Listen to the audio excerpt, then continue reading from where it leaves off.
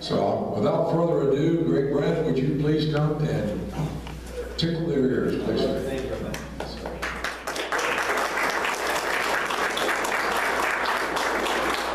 Well, I'm honored, and thank you very much. I was home sleeping this afternoon after having a little GI problem, but I pledge you my life, my fortune, and my honor, and I'll not miss for a fever. So I thank you waiting for me a little bit. I really appreciate it. I'm going to talk a little slower than I usually do because of that. Maybe it's better. You know, I want to think, but, you know, talking about maybe a little humor starts something up, but the fourth incident is unacceptable. We have our brave cannot be armed on our forts. It's the first law of natural law of self-defense. Any law that does not protect natural laws is not a justice law. It's a law of injustice.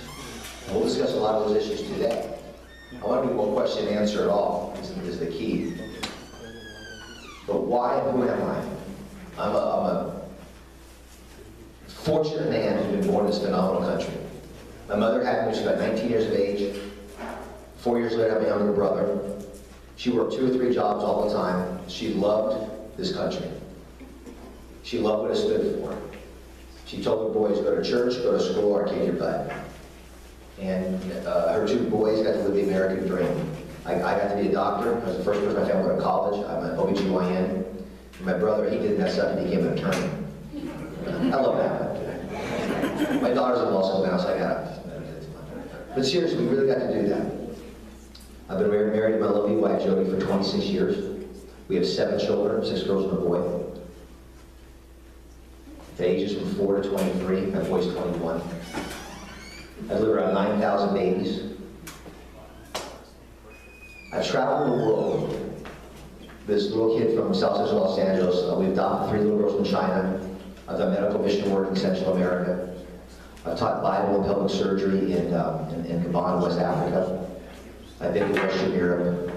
Everybody I meet is special. They're wonderful people. But what makes the American exceptional? It can't be because we are made differently. We're all made in God's image. But what makes America special is our founders understood who was special, our Creator.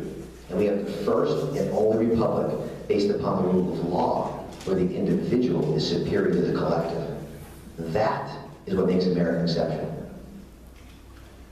So when we run back to that, and in our history, we messed up. We're men and women with darker melatonin. We're property.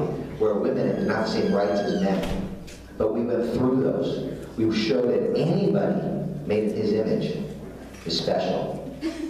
That's what makes America exceptional. So it led me to ask myself 2 major questions. Why are we in this constitutional crisis? And I believe we are not answering these questions correctly. Who is sovereign? Who is sovereign? And what is a legitimate role of a government?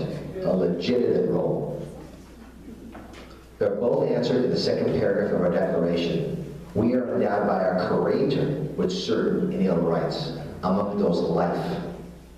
From the moment of conception to natural passing and everywhere in between. There is no such thing as quality of life. I have 2 little girls that have cleft palates in their country discarded. Number 2, liberty. Liberty is the potential that you as an individual have to express what He made in you, with its freedom and its responsibility. And then the pursuit of your happiness.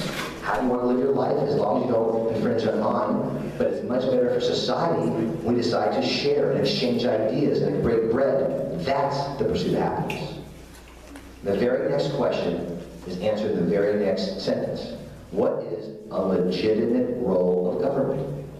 It's only legitimate if it does what? To secure these rights, a government instituted amongst men, direct their just powers for consent of the governed. So let's break that down a little bit. The consent of the governed. Who is the governed? They are the sovereign. They are the source of all power. It's the individual. We are giving servant leaders a rule book to follow of equal opportunity at the beginning. The moment a government oversteps those bounds, the moment a government is illegitimate. And then Jefferson listed 28 things he called illegitimate. If you want to cry, read the Declaration. They're happening today. Then 11 years later, that same generation put on a document, our rule book, the Constitution, our second Constitution. The Constitution is 6 pages. 6. Senator Lee was talking, last year alone, 83,000 pages of regulations passed last year. There are only 3 crimes in the Constitution: piracy, counterfeit, and treason. I believe the Fed does both, all 3 of those things. In the Constitution, as Henry said, it limits and restrains the government, not the individual. The Bill of Rights does not grant one single right. Example, that lovely lady over there, she works on the liberal side of our country, and she goes everywhere we go, and she does everything. That's the first inalienable right in the Bill of Rights. From the press, let her come see the truth. So the Bill of Rights does not grant a right. It's just lists God-given natural rights in which the federal government can never infringe upon. The ninth is crucial because it says, don't you think, because we're listed in here, that's all there are. The inalienable rights are infinite. We're just not listed. So understand, it protects the individual. The 10th Amendment protects the peoples and the states. That is our country. Not 176,122 federal regulations. Obamacare attacks every single fiber of life, liberty, and property. And my main opponent, Mr. Tiller, says it's a good idea, we just can't afford it. An unconstitutional act is an unconstitutional act. I don't care if an R makes it or a D makes it. In Article 1, Section 8, enumerates 18 functions which the federal government must do. No more, no less. We're in the crisis today because we're being attacked in the most insidious of ways from within. We will never fall from outside power, only from decay within. So we bond on that. I don't care if you're male. I don't care if you're female. I don't care if you're African American. I don't care if you're Native American. I don't care if you're English. I don't care what your heritage is. What makes America phenomenal is our motto, many one.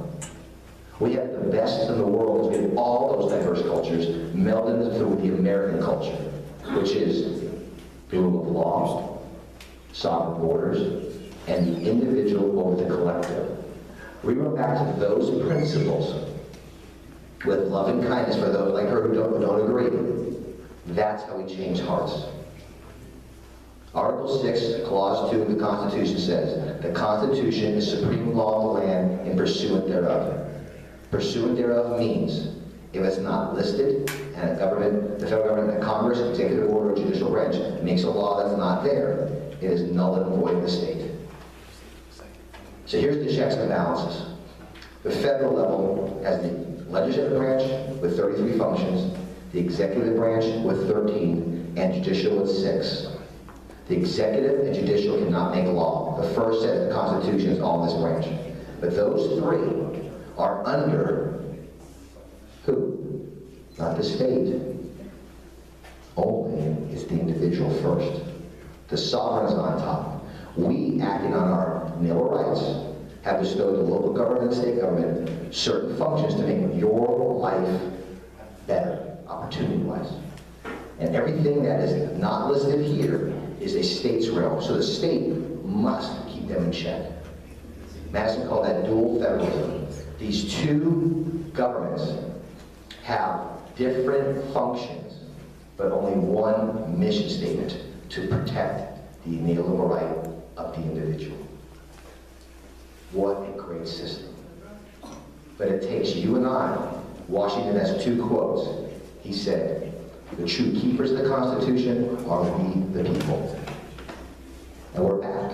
Our revolution started with 3% and maxed out about 23 to 30%, depends what you read. A minority with the truth will be victorious.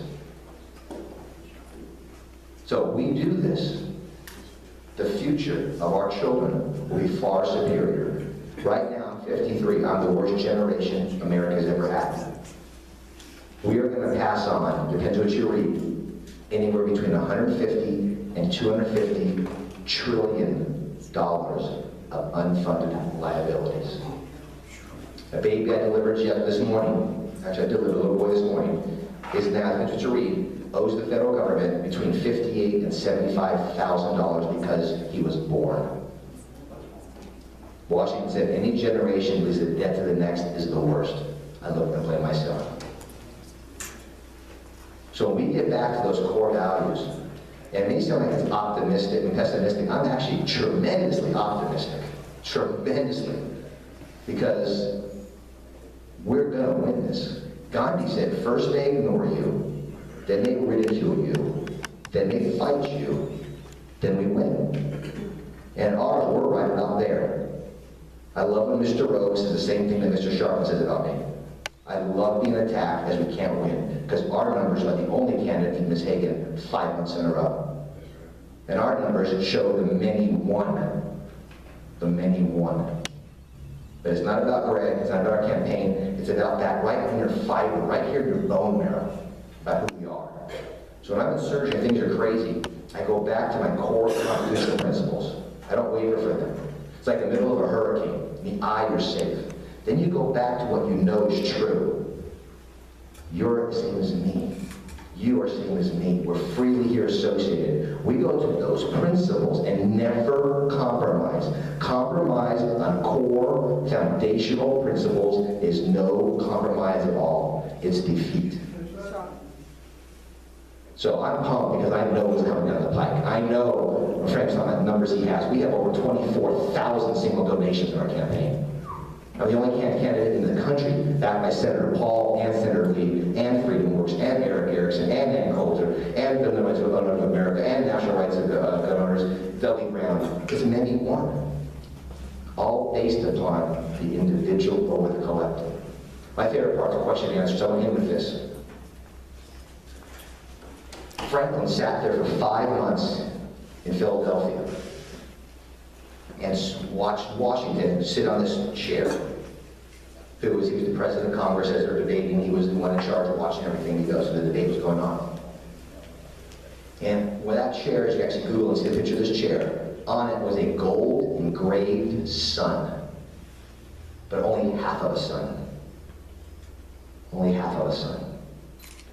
And Franklin asked that generation concerning the American exceptionalism, the American Republic, the future of the next generation. Is that a sunrise or a sunset? They answered boldly and loudly, a sunrise. Are we going to be the generation that passes on a sunset? Let that digest. So I believe today, George Orwell said, in this kind of day, in the day of ultimate deceit, telling the truth is a revolutionary act. I'm asking you to go to gregbrannon.com and be revolutionaries. Thank you very much.